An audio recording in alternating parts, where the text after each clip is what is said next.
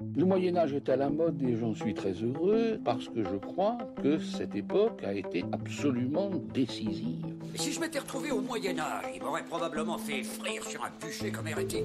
Passion médiéviste, les hors-séries. Je comprends, ça change et ça ne change pas, quoi.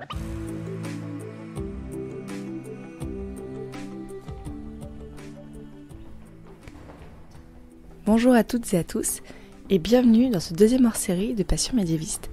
Comme dans le précédent hors-série au musée de Cluny, je suis allée hors les murs de mon studio habituel, au King's College London à Londres, pour rencontrer Alice Rio. Alice Rio est historienne et médiéviste, et ensemble nous avons parlé de son podcast Medieval History for Fun and Profit, de la perception du Moyen-Âge d'Angleterre, de sa manière de préparer ses épisodes et de la podcastphère anglaise. Allez, c'est parti. Bonjour Alice Rio. Bonjour. Tu es donc historienne et tu enseignes ici au King's College of London. Depuis quelques mois, tu as créé un podcast qui s'appelle Medieval History for Fun and Profit avec l'historienne Alice Tyler. J'aimerais que tu me parles de ton parcours d'historienne, donc d'historienne médiéviste, et de comment tu as eu l'idée de créer ce podcast. Moi, a priori, je suis une historienne complètement conventionnelle. Je travaille sur des choses très très pointues et tout le monde s'en fout, en fait, a priori. Donc, non, c'est pas vrai. Bon, j'ai des gens qui m'aiment, ma famille et tout ça, et d'autres spécialistes. Mais bon, quand on écrit quelque chose en histoire médiévale, il faut accepter que, a priori, ce sera vraiment important et intéressant pour 15 à 20 personnes dans le monde quand tu écris, je sais pas, un article. Et quand tu as de la chance, ça aura un impact un peu plus grand. Au début, je travaillais sur des manuels de notaires du très très haut Moyen-Âge. Donc c'est une période où il y a très très peu de vrais documents. Ils ont tous disparu, brûlés. Je sais pas, il leur est arrivé des avanies sans fin. Et mais par contre, il reste ces manuels où des notaires écrivaient des choses sur... écrivaient des documents qui pensaient utiliser plus tard, qui pensaient pouvoir réutiliser. Donc il y a des tas d'histoires de vols, de meurtres, de viols, de trucs comme ça. Et donc c'était ça qui m'intéressait. Et donc j'ai travaillé surtout sur l'écrit légal au très haut Moyen-Âge, l'époque mérovingienne, carolingienne. Et puis après, mon deuxième livre, c'était sur l'esclavage, après la chute de l'Empire romain. Donc a priori, c'est pas des sujets ennuyeux. Mais quand on écrit un livre dessus qui doit satisfaire les exigences du public universitaire, ça se traduit pas forcément en quelque chose qui est accessible. Ça m'intéressait de faire quelque chose qui soit plus accessible. D'abord parce que j'aime beaucoup l'histoire médiévale, j'aimerais bien faire partager. Et en même temps, c'était aussi parce que je me suis rendu compte... En fait, tout ça, c'est arrivé à cause de l'anniversaire de la Grande Charte en Angleterre. Et alors, c'est là que j'ai vu la différence énorme. C'était une grande chance pour les médiévistes. C'était le moment où on pouvait se dire « ça y est, on a quelque chose à dire qui compte et qui est intéressant. » Et les gens s'y intéressent miraculeusement juste pour cette année, donc il faut s'y mettre. Et c'est là que j'ai vu, moi je travaillais pas du tout là-dessus, donc de toute façon ça comptait pas pour moi, mais c'est là que j'ai vu, par l'activité de mes collègues, à quel point il y avait une distance énorme entre ce que les gens veulent savoir sur l'histoire médiévale et ce que les historiens ont à dire, en général. Et donc c'est pour ça que je me suis dit que ce serait bien de faire un podcast où, au lieu de décider nous-mêmes ce qui est important, parce que c'est souvent comme ça, quand il y a quelques séries de podcasts sur le Moyen-Âge, ou même des livres pour le grand public ou des choses comme ça, ça a toujours tendance forcément à être un choix de sujet qui limite a priori ce dont on parle. Et donc je m'étais dit que ce serait pas mal de faire un podcast où en fait on préjugeait pas du tout de ça et on demandait simplement aux gens qu'est-ce qu'ils voulaient savoir. Et donc même les questions les plus farfelues ou les plus bizarres, par exemple si je remontais dans le temps et que j'apparaissais avec mes vêtements de maintenant et en parlant comme je parle maintenant, est-ce qu'ils me tueraient tout de suite ? Des questions comme ça.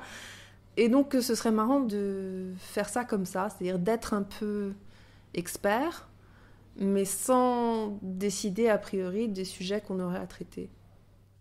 Welcome to episode 8 of Medieval History for Fun and Profit. A podcast where we, two medieval historians, answer questions from you, listeners, about anything and everything to do with the Middle Ages. We are sponsored by Soap, That's on-soap.com, an online content website with podcasts, articles, etc., etc. I am Dr. Alice Taylor, and together... I am Dr. Alice Rea. I managed to say my own name this Yes, time correctly. I mean, the correctly. last time I introduced a podcast, I decided that I was you. It's fine. Yeah, it's fine. Yeah. It's fine. And the You question... can be that whenever you like, as long as I can take the credit. Oh, that's so nice. Vous prenez une question, une thématique comme le sexe, les animaux de compagnie, et pendant une demi-heure, vous faites un peu des questions-réponses pour développer sur le sujet et donner aussi des anecdotes. Ouais, c'est ça. On fait ça ensemble depuis le début. Parce qu'on fait des cours ensemble aussi. On fait un cours notamment qu'on a appelé la sociologie du Moyen-Âge, où on parle de choses très différentes, enfin un peu comme ça, sur la présentation de soi, sur la manière dont les gens essayent de présenter et de construire leur identité sociale. Et ça nous a amené à parler de tas de trucs différents et divers. Et donc c'est un peu ça qu'on a fait aussi pour ce podcast, où on choisit en fait nos anecdotes préférées. Évidemment, moi je parle plutôt du Haut Moyen-Âge, elle parle plutôt du Moyen-Âge central et plus tardif, parce que c'est ça nos spécialités. Mais enfin, on parle de choses qu'on aimerait bien faire partager, en fait, c'est surtout ça. Comment s'est passée la création du podcast? Comment vous avez décidé d'en faire un? Concrètement, comment vous enregistrez? Et donc j'ai cru comprendre que vous êtes en collaboration avec un studio de podcast qui s'appelle Soap, un studio anglais. Est-ce que tu peux me raconter comment ça se passe? Oui, donc il s'appelle On Soap, et c'est un site. Et en fait, je les connais, de manière absolument pas liée au travail, mais ils sont liés à une école de comédie.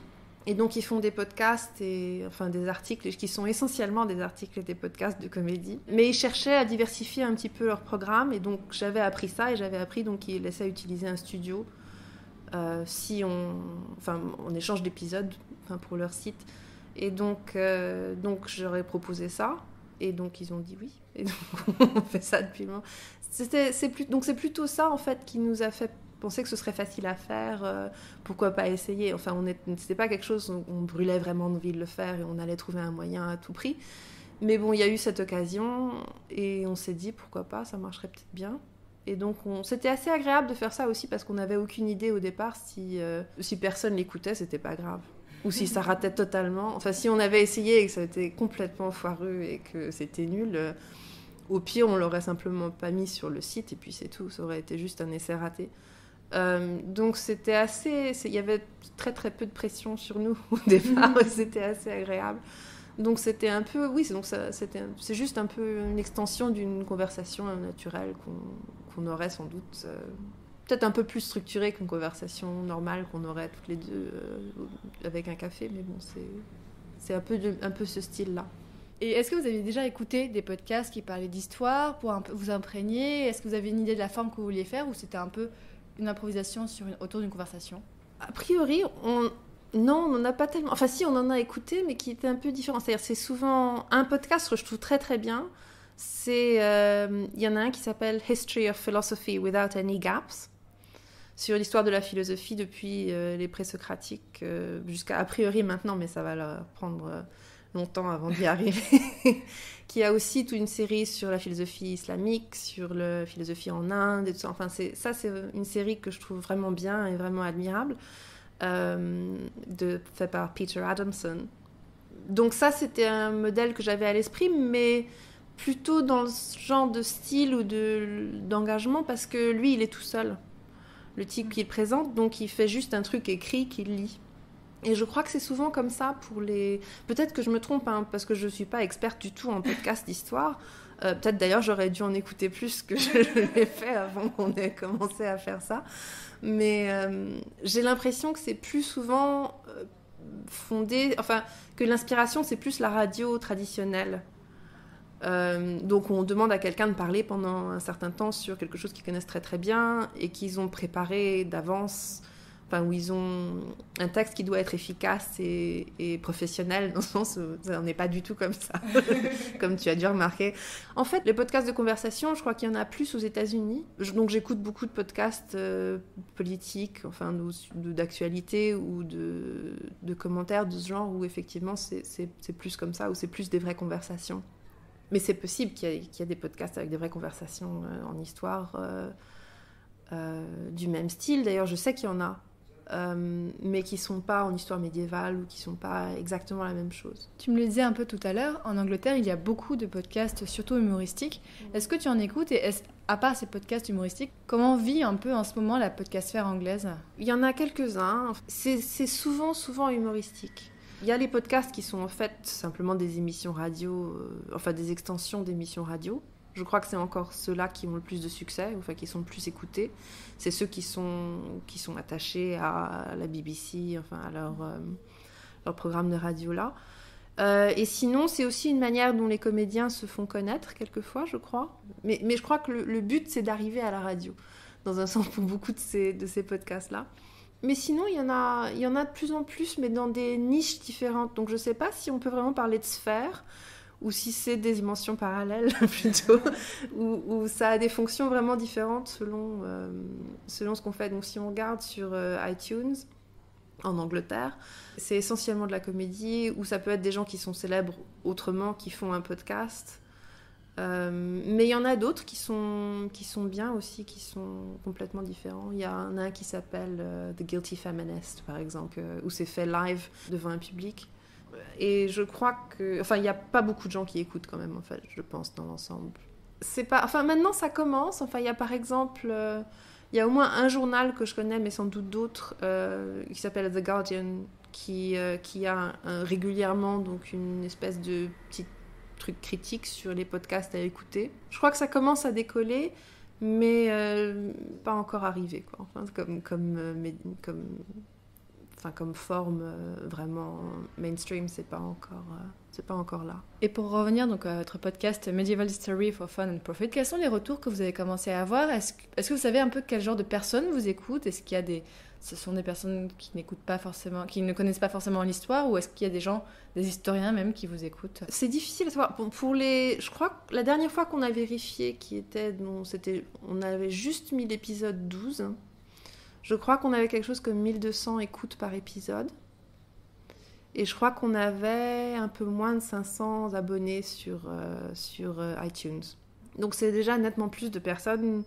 Ça nous a un petit peu effrayés d'ailleurs sur le moment. Parce qu'au départ, on pensait... en fait, on a fait ça. On était assez naïfs parce qu'on n'avait aucune idée. On avait fait ça parce qu'on trouvait que ce serait marrant. On n'avait aucune idée de qui écouterait ou si quelqu'un écouterait. Bon, d'abord, on ne s'attendait pas du tout à ce que des universitaires l'écoutent. Ça aussi, on a eu un peu une réaction ambiguë quand on a appris qu'il y avait des historiens qui l'écoutaient, enfin, des gens qu'on connaissait. Mais bon, je crois qu'il y a en général une sympathie pour le projet. Et bon, aussi parce que, dans un sens, c'est moins compromettant que d'écrire un livre à grand public quand on est historien, parce qu'un livre, bon, c'est à peu près la même chose que ce qu'on écrit... Enfin, des trucs très pointus de recherche, et donc souvent on est un peu jugé, quoi, quand un historien professionnel écrit un livre à grand public, sauf quand c'est quelqu'un comme Jacques Le Goff ou quelqu'un de reconnu. Mais pour un podcast, parce que c'est une forme qui ne sert qu'à ça, enfin où il n'y a aucun autre usage pour cette forme, il n'y a pas vraiment de contamination. Enfin, donc, les autres universitaires qu'on connaît avaient plutôt de la sympathie pour le projet, en tout cas de ce qu'ils nous ont dit. Peut-être qu'il y en a d'autres qui pensent « Oh, vraiment, c'est nul », et qui ne nous l'ont pas dit. On a quelques-uns de nos étudiants qui écoutent ça aussi, c'était un peu bizarre d'apprendre ça. Mais sinon, c'est très très divers. En général, c'est des gens très sympathiques. On les connaît surtout par Facebook et Twitter. Il y en a pas mal aux États-Unis qui écoutent. Il y en a qui font des jeux, par exemple, qui s'intéressent aux émissions. Enfin, j'imagine qu'ils utilisent ça un peu... Enfin, j'espère. Utilisent ça un peu comme source pour leur donner des idées, peut-être, ou pour, je sais pas, penser à ce qu'ils pourraient inclure.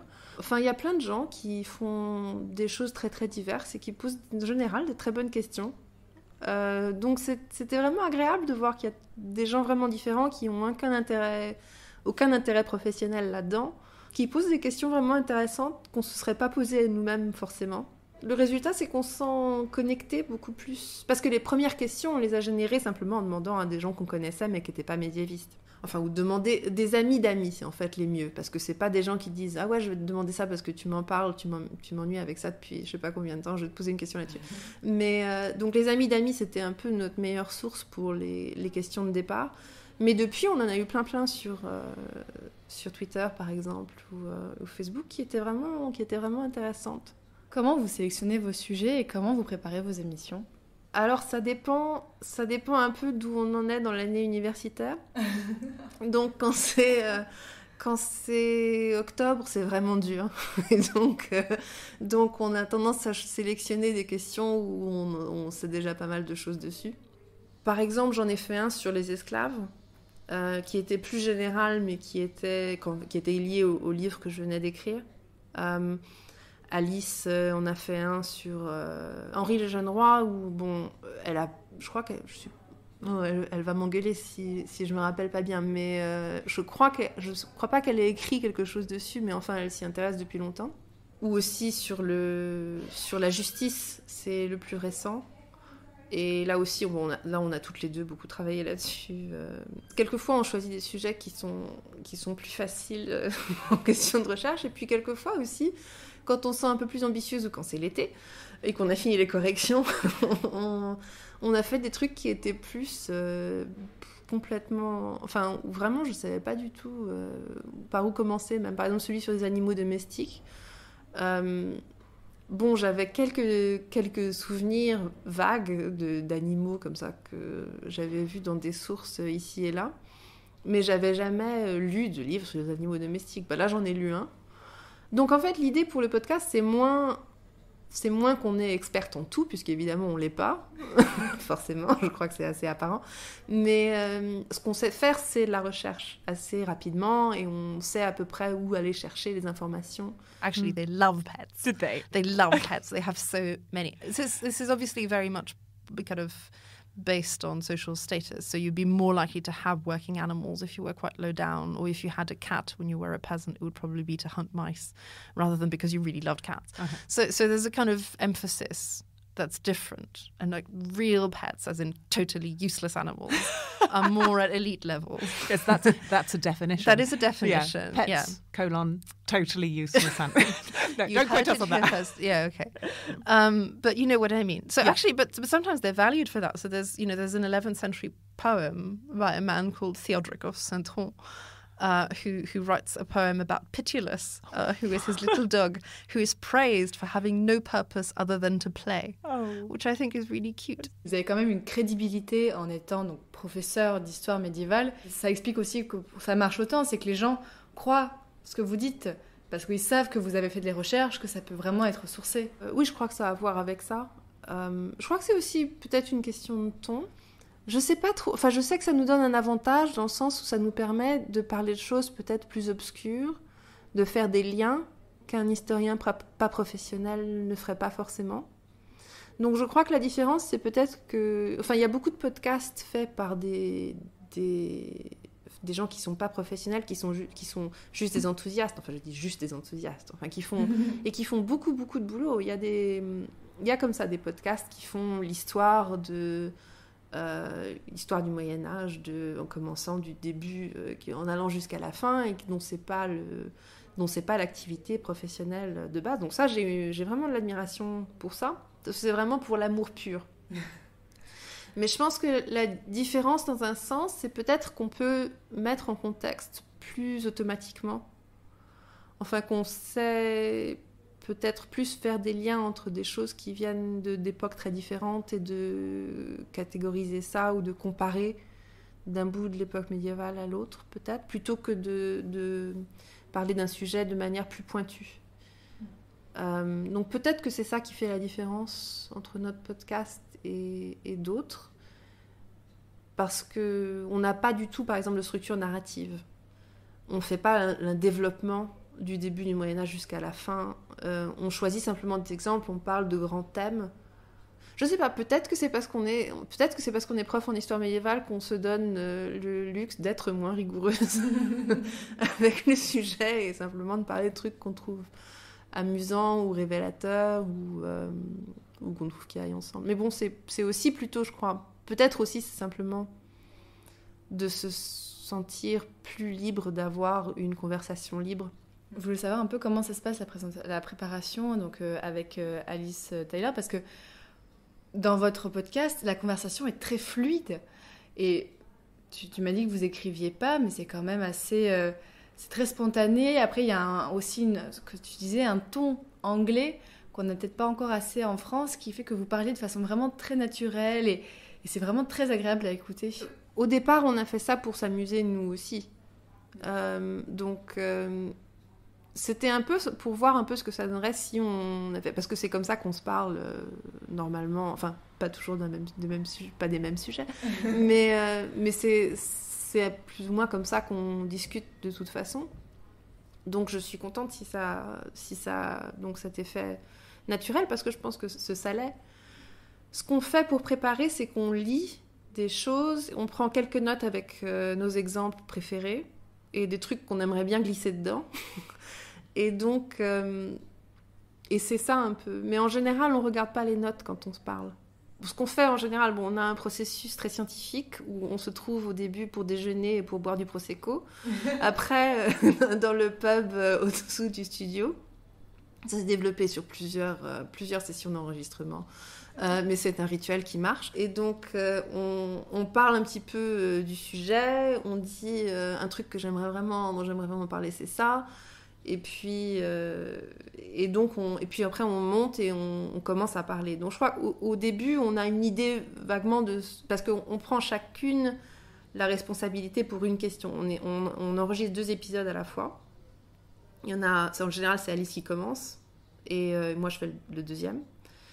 Et donc il y a une personne qui répond aux questions, enfin à la question, et l'autre qui est un peu intervieweur, enfin qui pose les questions, qui parfois aussi donne des exemples quand il y a des exemples plutôt dans leur période ou des exemples qu'elle connaît mieux par exemple. Donc c'est ça qui fait que c'est assez fluide, enfin c'est plus dirigé quand même qu'une conversation totalement libre, mais en même temps l'interaction elle est réellement spontanée. Même si le sujet, on en a déjà une vague idée. Mais souvent, il y a aussi des histoires, enfin, il y a des choses dont on n'a absolument pas discuté à l'avance. Comment vous voyez la suite du podcast ? Est-ce que vous avez prévu de continuer ça pendant encore des mois ? Vous ne donnez pas de fin encore pour l'instant ? Et comment vous sentez la suite du podcast ? On n'a pas vraiment de fin en vue, mais c'est plutôt parce qu'on n'y a pas réfléchi. Donc ça dépend, quand on aura... Peut-être qu'on va faire des séries, peut-être s'il y a un moment où on est vraiment débordé et qu'on sent qu'on ne fait plus que des sujets qu'on connaît déjà par cœur. Ce sera moins amusant, donc peut-être qu'on va faire une pause. Au rythme où vont les questions, a priori, je ne vois pas de raison qu'on s'arrête. Mais sauf si les questions se tarissent ou deviennent un peu toujours la même chose, peut-être qu'on va arrêter.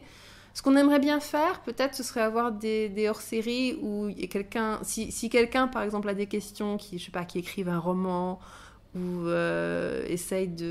ou écrivent un jeu ou essayent d'écrire un scénario, quelque chose comme ça, et qui veulent poser des questions spécifiques pour développer ça, on aimerait bien faire une émission de temps en temps où ils nous posent toutes les questions qu'ils veulent. Bon, donc on va peut-être faire un appel sur Twitter ou Facebook à un moment pour faire ça. On aimerait bien avoir des invités quelquefois, je crois. Juste pour que ça change, que ce soit pas toujours toutes les deux.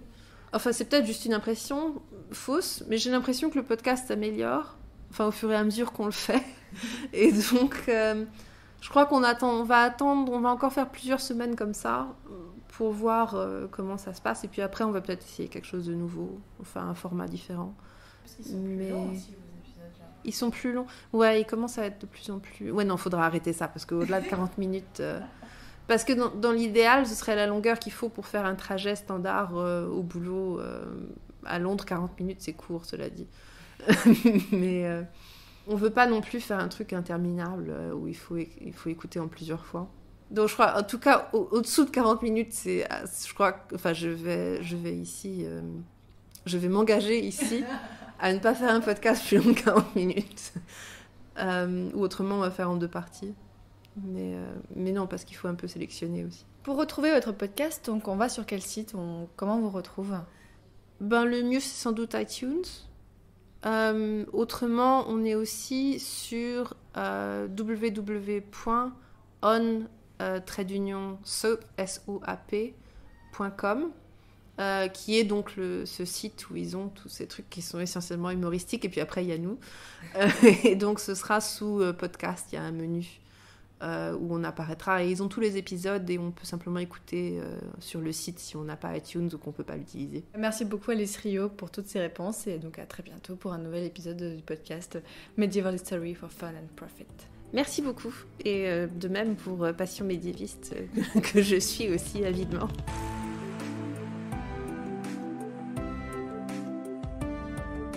Si comme Alice Rio voulait suivre Passion médiéviste, retrouvez-nous sur iTunes, SoundCloud, toutes les applications de podcast, mais aussi Facebook et Twitter pour suivre notre actualité. Et moi je vous dis à très bientôt pour un nouvel hors-série ou un nouvel épisode de Passion médiéviste.